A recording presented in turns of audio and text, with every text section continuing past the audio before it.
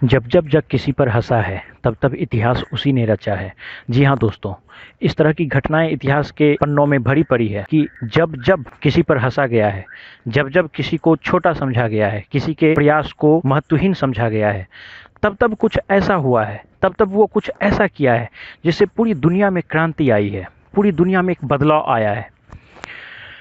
मैं आपको इस संदर्भ में बोलना चाह रहा हूँ कि आप जब यूपीएससी की तैयारी शुरू कर रहे होंगे या आप यूपीएससी की तैयारी पिछले कुछ सालों से कर रहे होंगे और आपका 3-4 अटेम्प्ट हो चुका होगा और आप क्वालिफाई नहीं कर पाए, यहाँ तक कि मान लीजिए आप प्री भी क्वालिफाई नहीं कर पाए, तो उस स्थिति में बहुत सारे आपको ऐसे लोग मिलेंगे जो आप पर हंसते होंगे, आपके पीठ पीछे आपकी बुराई करते होंगे, आपका मजाक उड़ाते होंगे। और वो कोई भी हो सकता है, वो आपका रिश्तेदार हो सकता है, वो आपका दोस्त हो सकता है, आपका पड़ोसी हो सकता है, और वो खूब आप पे कमेंट करेंगे कि चला था आईएएस बनने और बन गया आईएएस। तो इस तरह की बातें आपको सुनने को मिलेंगी, लेकिन आपको इस तरह के लोगों से विचलित होने की कतई आवश्यकता नहीं है।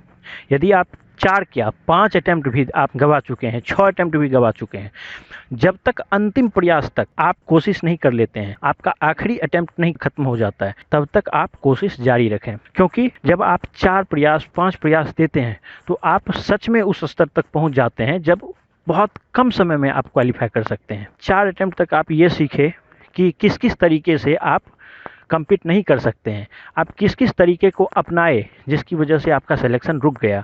लेकिन उसके बाद आप कुछ बदलाव करेंगे, कुछ परिवर्तन करेंगे, अपनी रणनीतियों को और तेज करेंगे, उसमें धार देंगे, तो आप उन तरीकों का इस्तेमाल करने लगेंगे जिससे कि आपकी तैयारी बहुत अच्छी हो जाएगी और आप कम्पीट कर जाएंगे। तो ये वीडियो मैं खास करके उन स्टूडेंट्स के लिए बना रहा हूँ जो 4-5 अटेम्प्ट दे के भी अभी तक क्वालिफाई नहीं कर पाए।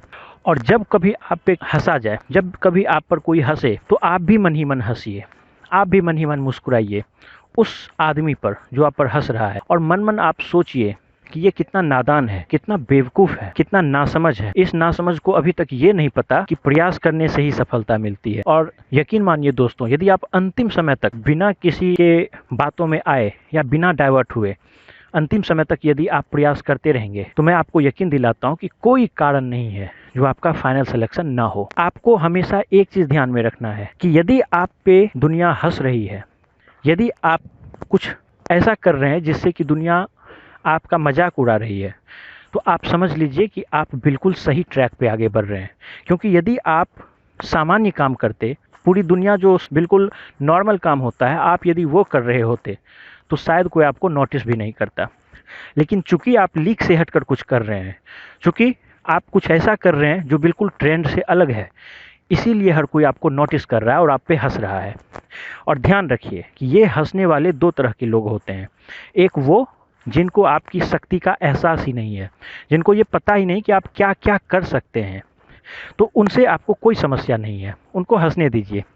लेकिन एक दूसरे तरह के भी लोग होते हैं जो बहुत अच्छी तरह से ये बात जानते हैं कि आप क्या क्या कर सकते हैं, आप कितना बड़ा परिवर्तन कर सकते हैं, कितनी ऊंचाई तक आप पहुंच सकते हैं। और ऐसे लोग सिर्फ इसलिए हंसते हैं ताकि आपका पांव खींचा जा सके, आपको आगे बढ़ने से रोका जा सके। आपको वो रोकने की हर संभव कोशिश करेगा, आपको पहले तारीफ करके, किसी और चीज़ के लिए तारीफ करके आपको डाइवर्ट करने की कोशिश करेगा। जब आप उससे भी नहीं डाइवर्ट होंगे तो फिर आपको वो आपका मजाक उड़ा के, आप पे कमेंट करके, आपको तरह तरह से लज्जित या शर्मिंदा करके आपको डाइवर्ट करने की कोशिश करेगा। लेकिन ऐसे आदमी को यदि आप इग्नोर करते रहें और उनकी बातों में बिना आए आप अपने टारगेट की ओर लगातार बढ़ते रहें, तो ज़रूर आप सफल होंगे। चाहे आप किसी भी फील्ड में हो, यूपीएससी तो एक एग्जाम्पल है, आप किसी भी फील्ड में हो, बिजनेस फील्ड में हो या मेडिकल फील्ड में हो या किसी भी फील्ड में हो, ये हर किसी पर लागू होता है। और जो आपका पाँव खींचने वाला इंसान है, आप उनसे 2 कदम दूर रहें, उनसे बचे रहें। आप कोशिश करें कि इन सब तरह के इंसान से आपका आमना सामना नहीं हो, क्योंकि कहीं न कहीं आपके अंदर वो नेगेटिविटी डाल सकता है। लेकिन इसके बावजूद यदि आप इन सब तरह के आदमी से घिरे हुए हैं, तो एक चीज़ हमेशा ध्यान रखिए कि आप अपने प्लानिंग को बिल्कुल भी शेयर मत कीजिए। आप क्या करने वाले हैं, क्या नहीं करने वाले हैं, किस चीज़ की तैयारी कर रहे हैं, किस चीज़ की तैयारी नहीं कर रहे हैं, इस तरह का कोई जानकारी उनको मत दीजिए। क्योंकि जब आप उनको अपना प्लानिंग बताते हैं, उनको जानकारी देते हैं, तो समझ लीजिए कि इससे आपकी एनर्जी कम होती है। आपको पहले ही वो सम्मान मिलने लगेगा। मान लीजिए कि आप यूपीएससी की तैयारी कर रहे हैं और पूरी दुनिया को आप ये बता देंगे कि मैं यूपीएससी की तैयारी कर रहा हूँ या मैं दिल्ली जाने वाला हूँ, तो इससे होगा क्या कि आपको कुछ ना कुछ आपका सम्मान बढ़ेगा, आसपास का आदमी आपको अच्छे नज़र से देखने लगेगा। लेकिन यदि आप पहले ही वो सम्मान प्राप्त करने लगे जिस सम्मान के आप हकदार हैं ही नहीं उस समय, तो कहीं ना कहीं आपकी तैयारी कमज़ोर पड़ जाएगी और आपके अंदर जो एक इच्छा शक्ति है, एक लगन है, एक जोश है, जज्बा है इस पद को प्राप्त करने का, वो कम हो जाएगा। और जब आप किसी को अपना प्लानिंग बता देते हैं कि मैं आज ये किताब पढ़ने वाला हूँ, वो किताब पढ़ने वाला हूँ, तो आप समझ लीजिए कि किताब आप नहीं पढ़ पाते हैं और सिर्फ वो आपकी घोषणा ही रह जाती है। तो आप हमेशा कोशिश करें कि अपना प्लानिंग किसी को ना बताएं। जो जो आदमी आपके अंदर नेगेटिविटी डाल सकता है, खास करके उसको तो बिल्कुल भी कुछ ना बताएं। आपको हमेशा एक चीज़ ध्यान में रखना होगा कि एडिसन जिन्होंने विद्युत बल्ब का आविष्कार किया, जब वो आविष्कार कर रहे थे उस क्रम में बहुत सारे उनके फेलो साइंटिस्ट जो थे एक तरह से इनका मजाक उड़ा रहे थे कि ये क्या संभव है कि कोई चीज़ बिना आग लगाए जल जाए, क्या उससे प्रकाश आ जाए, ऐसा क्या संभव है? उन लोगों के लिए ये बिल्कुल असंभव काम था। लेकिन एडिसन साहब, उनके अंदर एक अलग तरह की चीज़ें चल रही थी। वो ये जानते थे कि ये हो सकता है, ये ज़रूर होगा, और वो जो एक्सपेरिमेंट कर रहे थे बार बार वो फेल हो रहा था। कहा तो ये जाता है कि वो 9,999 बार फेल हुए और 10,000वें बार में उनको सफलता मिली। लेकिन कुल मिला के और जो स्रोत है उसमें ये कहा जाता है कि वो 1,000 बार फेल हुए। और बाद में जब उनसे ये पूछा गया कि आप तो 1,000 बार फेल हो गए, तो उन्होंने एक बहुत ही अच्छा जवाब दिया।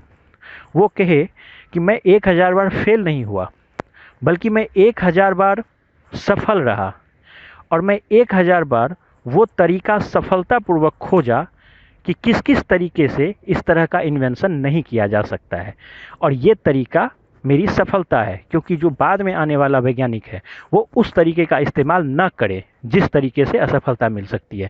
तो सोचिए कि कितना ऊंचा स्तर था उनके पॉजिटिविटी का और कितना पॉजिटिव वो सोचते थे। तो दोस्तों, हम लोगों को बस यही ध्यान में रखना है कि हमेशा आप पॉजिटिव सोचिए, कभी अपने अंदर नेगेटिविटी को मत आने दीजिए, और हमेशा सिर्फ एक चीज़ सोचिए कि यदि आपके अंदर सच में लगन करने की हिम्मत है, जज्बा है, और आप आखिरी समय तक जूझते रहना जानते हैं, तो आप निराश नहीं होंगे। तो मुझे उम्मीद है दोस्तों कि आपको ये वीडियो पसंद आया होगा।